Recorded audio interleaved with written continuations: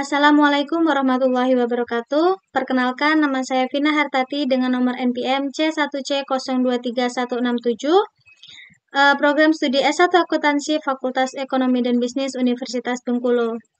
Baik, di sini pada video kali ini saya akan menyampaikan jawaban saya mengenai tugas untuk Akuntansi Keuangan 2 dengan dosen pengampu Bapak Madani Hatta SEMSI AKSIE. Di sini terdapat dua bentuk soal, yang pertama mengenai teori dan konsep, kemudian yang kedua mengenai perhitungan. Di sini saya akan mulai mengenai soal teori dan konsep.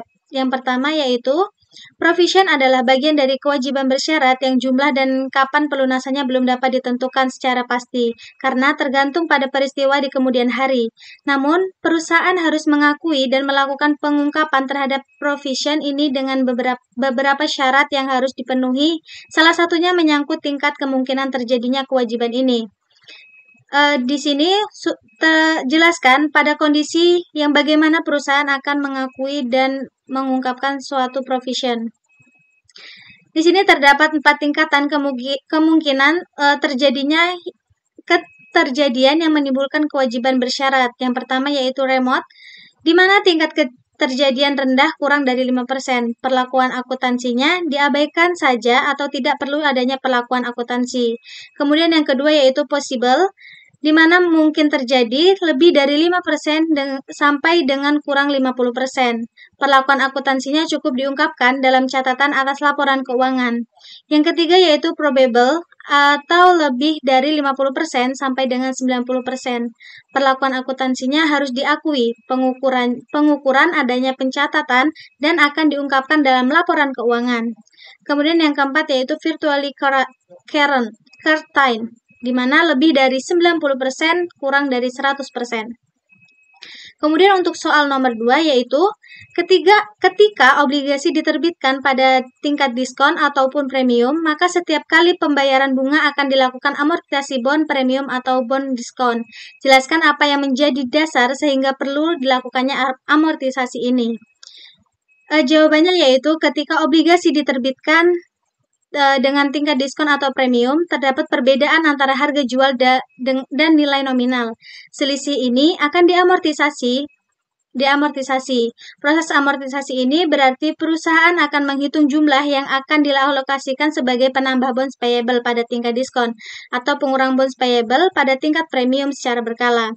Dengan demikian, pada saat tanggal jatuh tempo, carrying amount akan sama dengan nilai nominal, karena obligasi akan dilunasi sesuai nilai nominalnya pada saat jatuh tempo. Kemudian untuk soal nomor 3 yaitu treasury share merupakan akun kontra dari equity dan mengurangi jumlah ordinary share yang beredar. Jelaskan mengapa dalam penyajian share capital ordinary di bagian equity pada laporan posisi keuangan, nilai share capital ordinary tetap dihitung berdasarkan jumlah saham yang diterbitkan dikalikan dengan nilai nominal per saham ketika perusahaan menggunakan cost method untuk mencatat treasury share. Di sini ketika perusahaan menggunakan cost method dalam penyajian share capital ordinary di bagian equity, pada laporan posisi keuangan, nilai share capital ordinary dihitung berdasarkan jumlah saham yang diterbitkan dikali dengan nilai nominal per lembar saham. Kemudian nantinya akan ada pengurangan pada akun share capital ordinary berupa akun treasury share.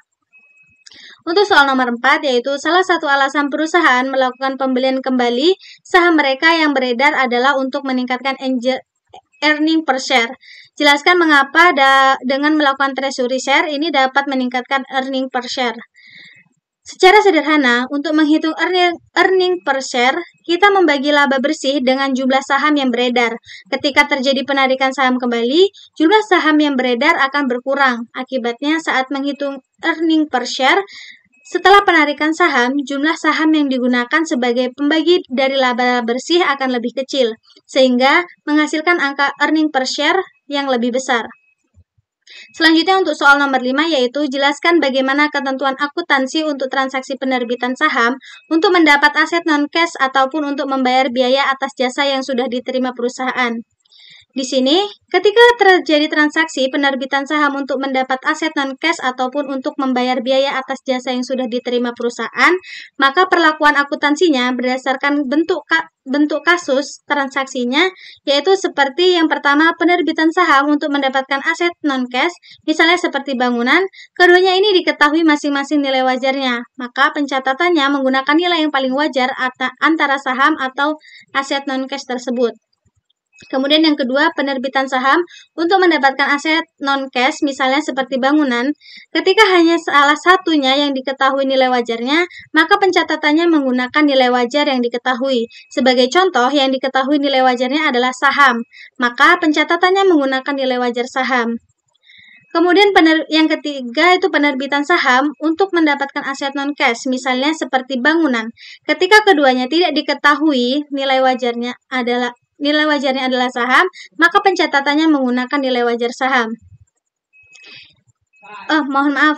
Untuk yang ketiga itu penerbitan saham untuk mendapatkan aset non-cash, misalnya seperti bangunan. Ketika keduanya tidak diketahui nilai wajarnya, maka pencatatannya menggunakan penilaian dari penilai yang kompeten dan independen. Kemudian untuk soal nomor 6, jelaskan bagaimana perlakuan akuntansi ketika perusahaan melakukan pelunasan bond payable-nya dengan menyerahkan aset atau menukarkan dengan sekuritas yang lain. Di sini, ketika perusahaan melakukan pelunasan utang obligasi dengan menyerahkan aset atau menukarnya dengan sekuritas lain, terdapat beberapa langkah yang penting yang dapat dalam perlakuan akuntansinya yang perlu diikuti. Yang pertama yaitu pengakuan penghapusan utang, di mana pada tahap ini perusahaan harus menghapus nilai tercatat dari utang obligasi di neraca.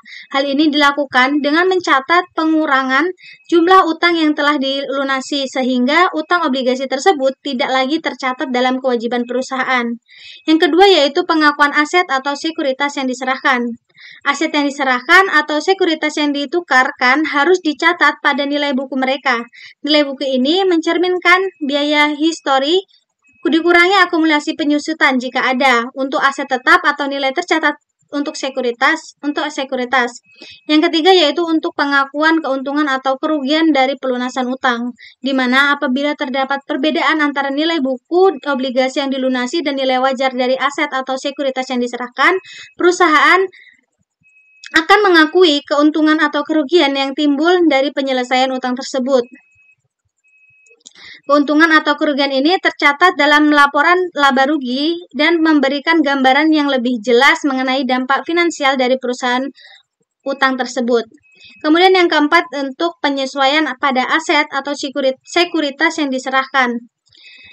Di sini, jika aset yang diserahkan merupakan bagian dari aset tetap atau merupakan sekuritas, perusahaan wajib menghapus nilai tercatat dari aset tersebut di laporan keuangan. Selain itu, perusahaan juga perlu mengakui laba atau rugi yang pelepasan aset atau rugi dari pelepasan aset.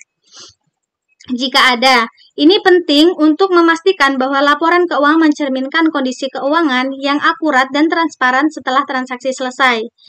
Untuk soal nomor 7 yaitu ketika perusahaan menggunakan fair value untuk menilai non-current liabilities yang dimilikinya, maka perusahaan akan membuat jurnal penyesuaian. Jelaskan jurnal penyesuaian yang dibuat tersebut dan apa kondisinya pada laporan keuangan. Di sini, etika perusahaan untuk menilai kembali liabilitas jangka panjang berdasarkan nilai wajar. Maka, perusahaan perlu membuat jurnal penyesuaian. Jika nilai wajar liabilitas meningkat, maka perusahaan akan mendebit akun liabilitas dan mengkredit akun laba rugi atau komponen ekuitas lainnya. Sebaliknya, jika nilai wajar menurun, maka perusahaan akan mendebit akun laba rugi dan mengkredit akun liabilitas.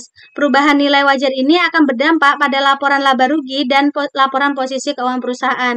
Tujuan dari penyesuaian ini adalah untuk memastikan bahwa laporan keuangan perusahaan mencerminkan nilai ekonomi yang sebenarnya dari liabilitas jangka panjang pada tanggal penerbit pelaporan. Untuk soal nomor 8, yaitu dividen yang dibagikan perusahaan akan mengurangi retained earnings. Jelaskan mengapa ketika perusahaan membagi share dividen tidak mengakibatkan total equity-nya berkurang dan bagaimana juga dampaknya pada share capital ordinary. Di sini ketika perusahaan memutuskan untuk membagikan dividen dalam bentuk saham, hal ini berarti bahwa perusahaan akan menerbitkan saham baru. Proses penerbitan saham ini akan menyebabkan jumlah saham yang beredar di pasar meningkat. Di satu sisi, pencatatan dividen dalam bentuk saham ini akan mengakibatkan penurunan pada akun return earning yang mencerminkan laba ditahan perusahaan. Namun di sisi lain, akun share capital ordinary akan mengalami peningkatan akibat penambahan saham baru yang diterbitkan. Dalam konteks ini, meskipun terdapat pengurangan pada return earning, hal ini diimbangi dengan peningkatan pada share capital ordinary. Dengan demikian, secara keseluruhan,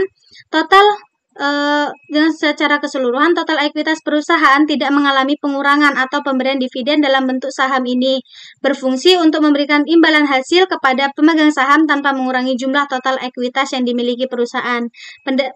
Pendek kata, dividen saham ini di sini dividen saham ini menciptakan keseimbangan di dalam struktur ekuitas perusahaan, di mana hak pemegang saham tetap terjaga tanpa mengorbankan modal yang ada.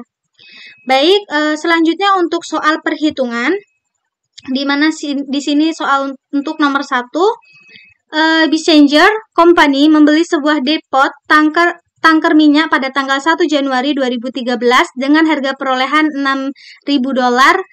Bessinger memperkirakan akan mengoperasikan depot ini selama 10 tahun, dan pada saat ini perusahaan menyepakati secara hukum untuk membongkar dan memindahkan tangki penyimpanan minyak bawah tanah. Diperkirakan biaya pembongkaran ini sebesar $70.000 yang dibayarkan pada akhir umur manfaat dari depot ini. Di sini diminta siapkan jurnal untuk mencatat perolehan depot tangki minyak ini. Asumsikan depot ini merupakan aset tetap, dan jurnal untuk pencatat kewajiban terkait dengan penghentian aset yang dicatat pada tanggal 1 Januari 2013 berdasarkan efektif interest rate sebesar 6%. Nilai wajar dari kewajiban terkait dengan penghentian aset ini pada tanggal 1 Januari 2013 senilai $39.087. Garis lurus untuk yang diminta keduanya itu suruh menyiapkan jurnal penyesuaian untuk mencatat beban penyusutan dan accrued interest pada tanggal 31 Desember 2013. Bessinger menggunakan metode garis lurus untuk menghitung penyusutan dan diestimasi nilai sisa dari depot ini adalah 0. Pada tanggal 1 Januari 2023, Bessinger membayar sebuah perusahaan pembongkaran untuk membongkar depot dan memindahkan tangki senilai $80.000. Buatlah yang ketiga itu buatlah jurnal untuk penyelesaian kewajiban penghentian pengoperasian aset ini. Di sini untuk jurnal entries-nya pada depot tangki minyak itu sebesar $600.000, itu didapat dari harga perolehannya tadi. Kemudian di kreditnya yaitu kas sebesar $600.000. Kemudian kewajiban penghentian aset itu sebesar $39.087, itu merupakan nilai wajar dari kewajiban terkait dan dari kewajiban terkaitnya tadi, yaitu sebesar $39.087. Kemudian di kreditnya yaitu untuk utang bank atau kas itu sebesar $39.087. Kemudian yang B ini hitung beban penyusutan, di mana umur manfaatnya tadi 10 tahun dengan nilai buku $600.000 dengan nilai sisanya 0, di mana penyusutan per tahunnya itu $600.000 itu dibagi dengan 10 tahun. Jadi penyusutan per tahunnya itu sebesar $60.000. Selanjutnya untuk menghitung bunga, di mana nilai pokok hutangnya tadi sebesar $39.087 dengan menggunakan metode garis lurus, $39.087 itu dibagi dengan 10 tahun manfaatnya. Jadi sebesar $3.909 dengan tingkat bunganya tadi 6%. Nah, bunga untuk 12 bulannya itu didapat dari didapat dari nilai pokok hutangnya itu dikalikan dengan tingkat bunga. Jadi hasilnya sebesar 2.345,22 dolar. Di mana di sini jurnal penyesuaiannya pada debit untuk beban penyusutan yaitu sebesar 60.000, beban depresinya sebesar 3.909 dan beban bunganya itu 2.345,22. Kemudian di kreditnya yaitu untuk akumulasi penyusutan sebesar 60.000, akumulasi depresiasi itu 3.909 dan bunga dibayar di mukanya 2.345,22 dolar. Selanjutnya yang untuk menjawab C itu jurnal untuk penyelesaian kewajiban penghentian pengoperasian aset. Di sini jurnal entries-nya pada debit kewajiban lingkungannya itu sebesar 70.000 dolar dan kerugian penyelesaian kewajiban lingkungannya itu sebesar 10.000 dolar. Dan pada kreditnya kas itu sebesar 80.000 dolar itu dapat dari kewajiban lingkungannya sebesar 70 tadi itu ditambah dengan kerugian penyelesaian kewajiban lingkungannya 10.000. Nah, kerugian yang muncul itu karena biayanya melebihi estimasi. Selanjutnya untuk soal nomor 2 yaitu tanggal 1 Maret 2022, Simonson Corporation menerbitkan bonds payable dengan total nilai nominalnya 900.000 dolar. Tanggal 1 Januari 2022, kontraktual interest rate obligasinya ini adalah 6%, di mana bunga dibayarkan per tahun pada setiap tanggal 1 Januari dan 1 Juli. Dan obligasi ini jatuh tempo pada tanggal 1 Januari 2027. Dengan market interest rate-nya pada saat penerbitan yaitu 8%, perusahaan menggunakan akun interest expense account untuk mencatat accrued interest. Tanggal 1 Januari 2025, obligasi ini dilunasi pada kurs 102%. Di sini diminta siapkan jurnal untuk mencatat semua transaksi di atas sampai dengan tanggal 1 Januari 2025. Pada kasus tersebut, Simonson Corporation menerbitkan bonds payable pada tanggal 1 Maret 2022, sedangkan pembayaran bunga setiap tanggal 1 Januari dan 1 Juli, artinya bond payable diterbitkan di antara tanggal pembayaran bunga. Simonson Corporation akan menerima uang tunai dari hasil penerbitan bonds payable sebesar harga jual bonds payable ditambah dengan bunga terhutang, atau accrued interest, yaitu bunga dari tanggal pembayaran bunga terakhir 1 Januari, itu sampai dengan tanggal penerbitan yaitu 1 Maret, yaitu untuk 2 bulan. Kemudian di sini harga jual bonds payable pada tanggal penerbitan itu dihitung dengan cara present value dari pokok utang bonds payable atau principal, itu face value dikalikan dengan diskon faktor, dengan face value-nya tadi sebesar 900.000 dolar dikalikan dengan present value-nya itu pada tabel present value itu didapat 0,676 dengan 900.000 dolar dikalikan dengan 0,676 itu hasilnya yaitu 608.400 rupiah, 400 dolar.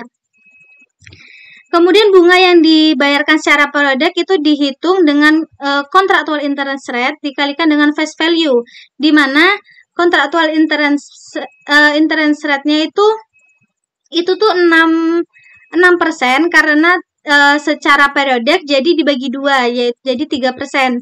Itu jadinya 900.000 dolar dikali 3% itu hasilnya 27.000 dolar. Kemudian untuk present value anuitas dari bunga yang dibayarkan secara periodik itu 27.000 dolarnya itu didapat dari bunga yang dibayarkan tadi dikalikan dengan present value anuitas pada tabel itu sebesar 8,111. Kemudian 27.000 dolar ini dikalikan dengan 8,111 itu hasilnya 218.997 dolar. Kemudian harga jual obligasinya pada tanggal penerbitan itu tuh didapat dari present value dari harga jual bonds payable ditambah dengan present value anuitas dari bunga yang dibayarkan secara periodik tadi, sehingga menghasilkan $827.397. Kemudian untuk menghitung jumlah kas yang diterima Simonson Corporation pada tanggal 1 Maret 2022, itu dengan harga jual bonds payable-nya pada tanggal penerbitan itu sebesar $827.397, itu didapat dari harga di atasnya tadi, dari harga jual. Kemudian bunga terhutang atau accrued interest itu dari 2/12 dikalikan 6% dikali $900.000 menghasilkan $9.000.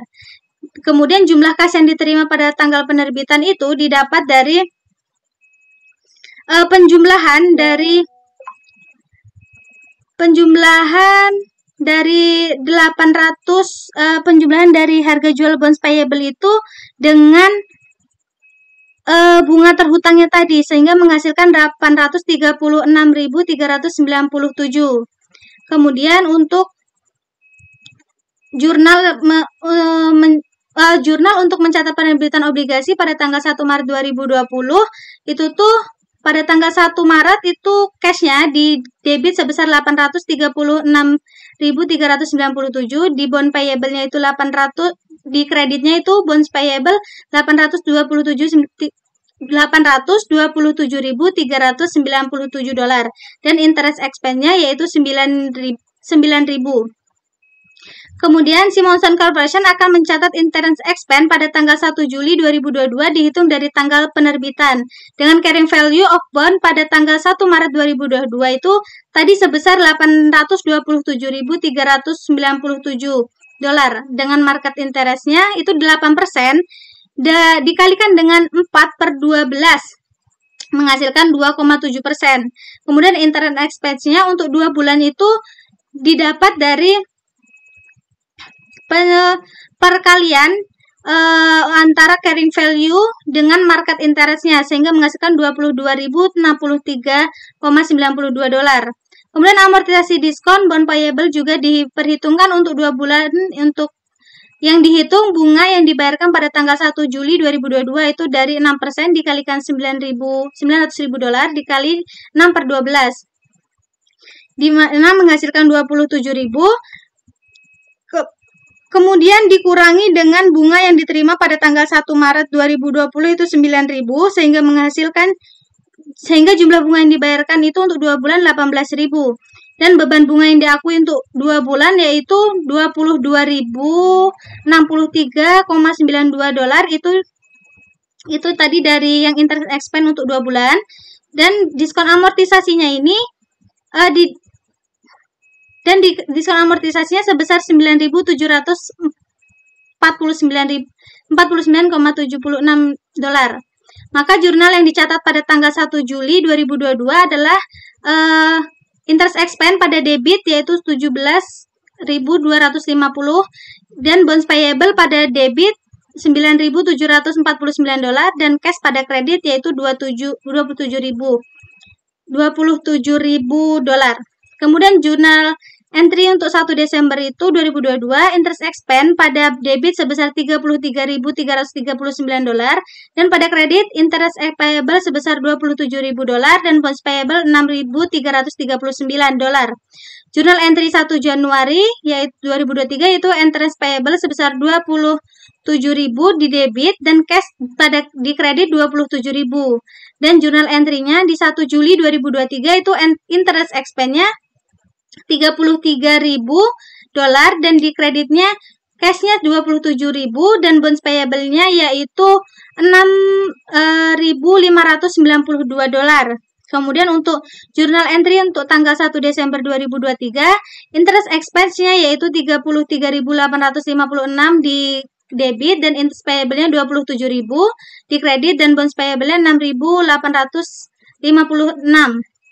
Kemudian jurnal entry-nya 1 Januari 2024 yaitu interest payable $27.000 dan cash-nya pada kredit yaitu $27.000. Dan jurnal entry 1 Julinya untuk 2024 itu interest expense yaitu $34.130 dolar dan bonds payable dan di kredit bonds payable 7.130 dolar dan cash 27.000 dolar. Untuk journal entry itu di 1 Desember 2024 interest expense-nya sebesar 34.415,26 dolar, di kreditnya interest payable 27.000 dolar dan bonds payable-nya itu 27.000 dolar ya teman-teman di sini. Kemudian untuk jurnal entry 1 Januari 2025, interest payable-nya itu di debit sebesar 27.000 dolar dan cash 27.000 dolar di kredit. Untuk interest expense-nya untuk yang 1 Desember 2024 itu interest expense 34.415 dolar, interest payable di kredit 27.000 dolar dan bonds payable di kredit 7.415 dolar. Jurnal entry-nya untuk 1 Januari 2025 interest payable-nya yaitu 27.000 dolar dan cash-nya 27.000 dolar di kredit. Kemudian bonds payable-nya itu 867.797 dolar dan loss on extinguishment of bonds yaitu 50.203 dolar itu di debit dan cash-nya di kredit sebesar 918.000 dolar. Di mana jadi pada pembayaran bunga yang pertama itu tanggal 1 Juli 2022, Simonson Corporation tetap mencatat sebesar 27.000 untuk bunga 6 bulan, namun sebenarnya Simonson Corporation hanya membayar untuk bunga 2 bulan terhitung dari 1 Maret 2022 sampai dengan 1 Juli 2022 sebesar 1.200 dolar. Karena pada saat penerbitan obligasi ini tanggal 1 Maret 2022, Simonson Corporation menerima tambahan cash yang dibayarkan pembeli obligasi bond investor untuk bunga terhutangnya yaitu 1 Januari sampai dengan 1 Maret. Untuk selanjutnya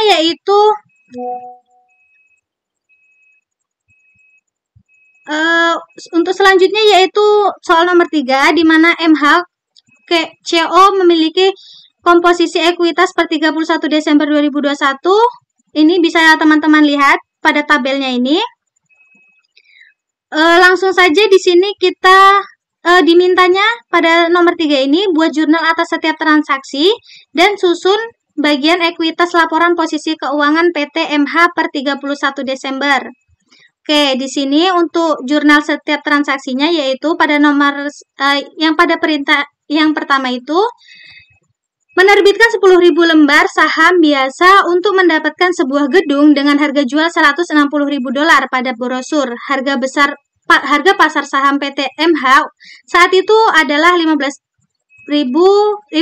dolar per lembar. Transaksi penerbitan saham biasa untuk memperoleh aset tetap berupa gedung. Harga gedung dalam iklan bukan merupakan nilai wajar dari gedung tersebut. Maka gedung akan dicatat untuk menggunakan harga pasar per saham yang diserahkan. Di sini yaitu buildingnya sebesar 150.000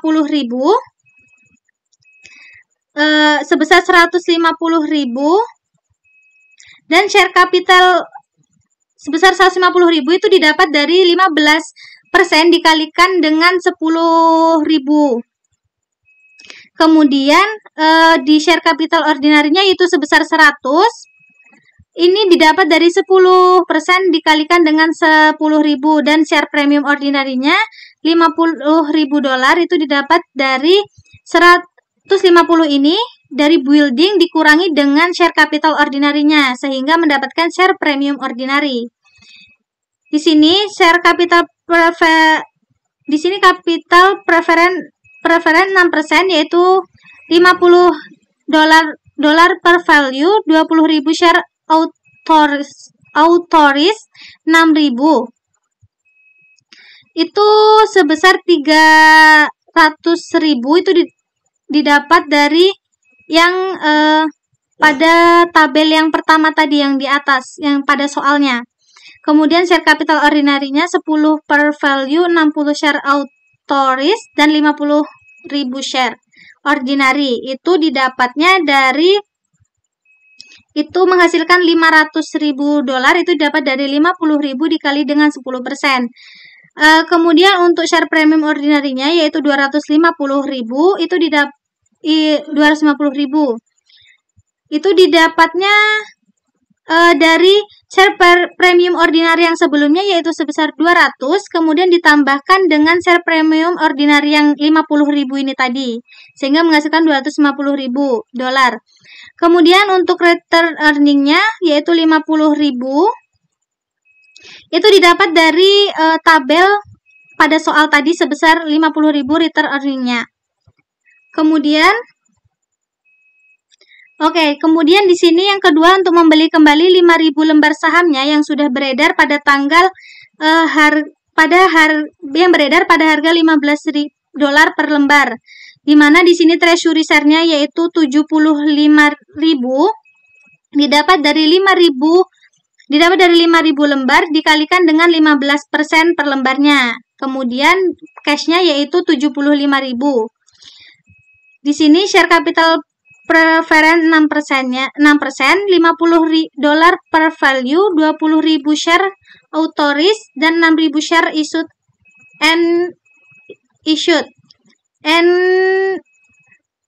Bentar teman-teman.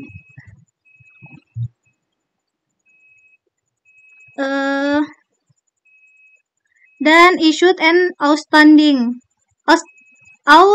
Di sini sebesar 300 itu dari yang atas tadi, dan di sini share capital ordinary 10 per value, 60.000 share authorized dan 50.000 share issued dan 45 share outstanding. Itu kenapa 45? Itu didapat dari 40.000 tadi ditambah dengan 5.000 per lembarnya, itu jadi menghasilkan 500.000.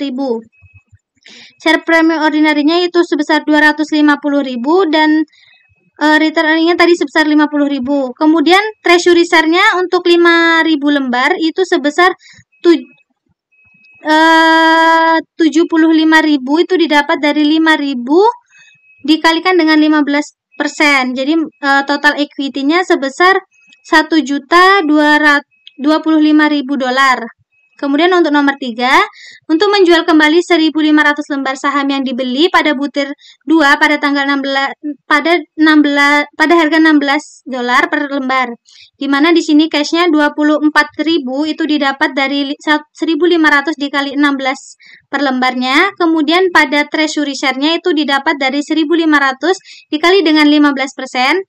Kemudian share premium treasury ini merupakan selisih dari cash dan treasury share sebesar 1.500. Kemudian untuk nomor 4, menentukan dividen yang dibagikan untuk setiap jenis saham. Dividen untuk saham preferennya yaitu 6% dikalikan dengan 6.000 lembar dikali $50, itu menghasilkan 18.000. Kemudian jumlah saham yang beredar saham beredar per 1 Januari 2022 yaitu 40.000. Kemudian penerbitan 5.000 lembar untuk memperoleh gedungnya itu sebesar 10.000, dan treasury share-nya tadi treasury share-nya 5.000. Dan ini 5.000 karena dia diterbitkan kembali. Maka treasury share-nya jadi treasury-nya diterbitkan kembali, makanya jadi 5.000 untuk penerbitan kembali treasury share-nya. Jadi itu 1.500. Kemudian untuk jumlah saham yang biasa beredar itu sebesar 46.500, itu merupakan total dari jumlah saham yang beredar ini tadi, saham beredar 1 Januari untuk penerbitan 5.000 per lembar, treasury share, dan penerbitan kembali treasury share. Kemudian dividen untuk saham biasanya yaitu 40.000 lembar dikalikan dengan $1, yaitu menghasilkan $23.250. Dengan jurnal pada saat pengumuman dividen yaitu return earning-nya sebesar $41.250 dan dividen payable-nya yaitu $41.250. Itu tuh didapat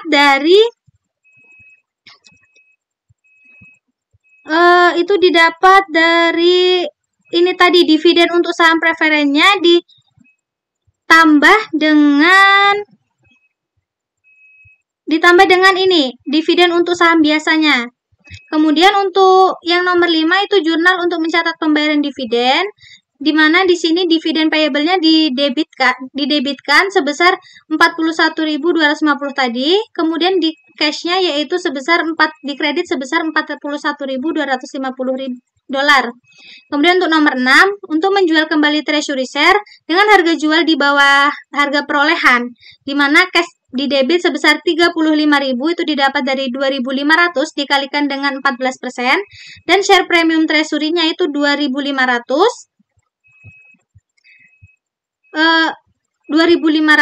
dan ini treasury share-nya sebesar 37.500 itu didapat dari 2.500 dikali 15. Share premium treasury ini tadi itu merupakan selisih dari treasury share dengan cash.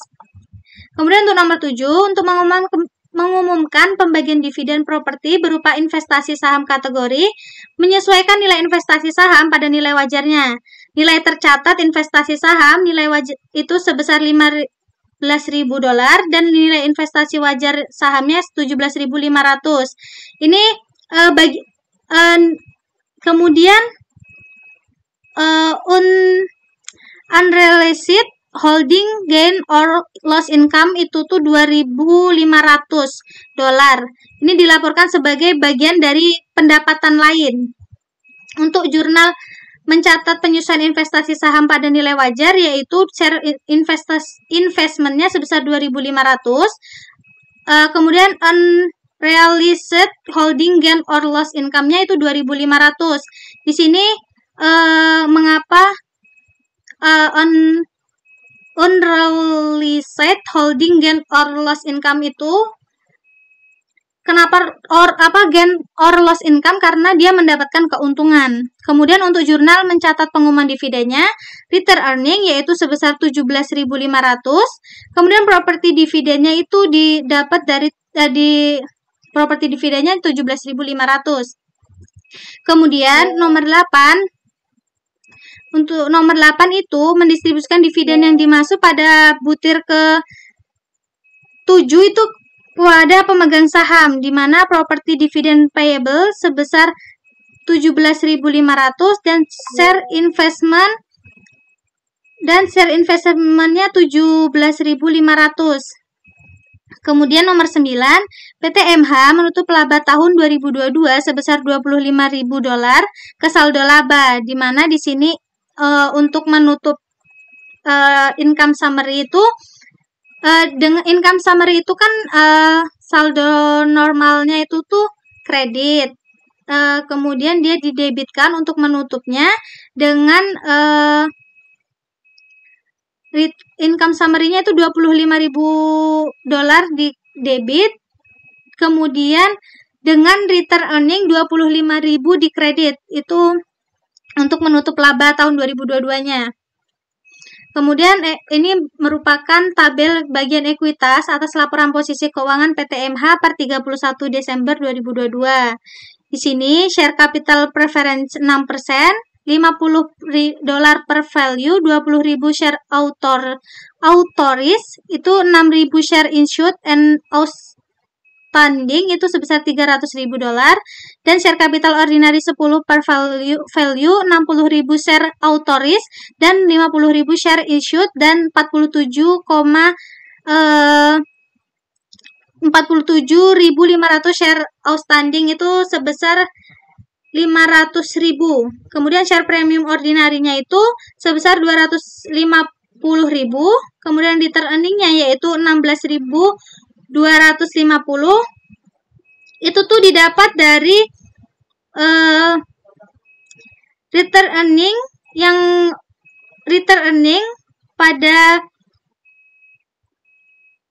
pada jurnal pengumuman dividen ditambah dengan dikurang dengan itu tuh return earning didapat dari 50.000 dikurang dengan ini tadi return earning yang di jurnal pada pengumuman dividen, kemudian dikurangi dengan return earning yang 17.500 pada jurnal pencatatan untuk pengumuman dividen juga, dan ditambah dengan return earning pada saat penutupan laba itu sebesar 25.000, sehingga menghasilkan ini $16.250. Oke, kemudian treasury share ini untuk 2.500 lembar itu sebesar 37.500, itu didapat dari 2.500 dikalikan dengan 15%. Kemudian untuk share premium treasury itu sebesar 1.000, itu didapat dari share premium treasury untuk yang pada penjelasan yang ketiga ini tadi, yang pada menjual kembali 1.500 lembar saham itu sebesar 1.500 tadi, kemudian dikurang dengan share premium treasury-nya yang untuk menjual kembali treasury itu dengan harga jualnya di bawah harga perolehan itu tadi sebesar 2.500, sehingga menghasilkan $1.000. Ini $1.000. Kemudian untuk total equity-nya itu didapat didapat $1.027.750, itu didapat dari penjumlahan semua dari share capital preference, share capital ordinary, share premium ordinary, dan return earning dan treasury share. Itu menghasilkan $1.027.750. Baik, mungkin itu saja yang bisa dapat saya sampaikan mengenai jawaban untuk tugas atau UTS dari mata kuliah akuntansi keuangan 2. Saya akhiri. Apabila terdapat kesalahan dalam saya menyampaikan atau masih banyak yang kurang, saya mohon maaf. Saya akhiri. Wassalamualaikum warahmatullahi wabarakatuh.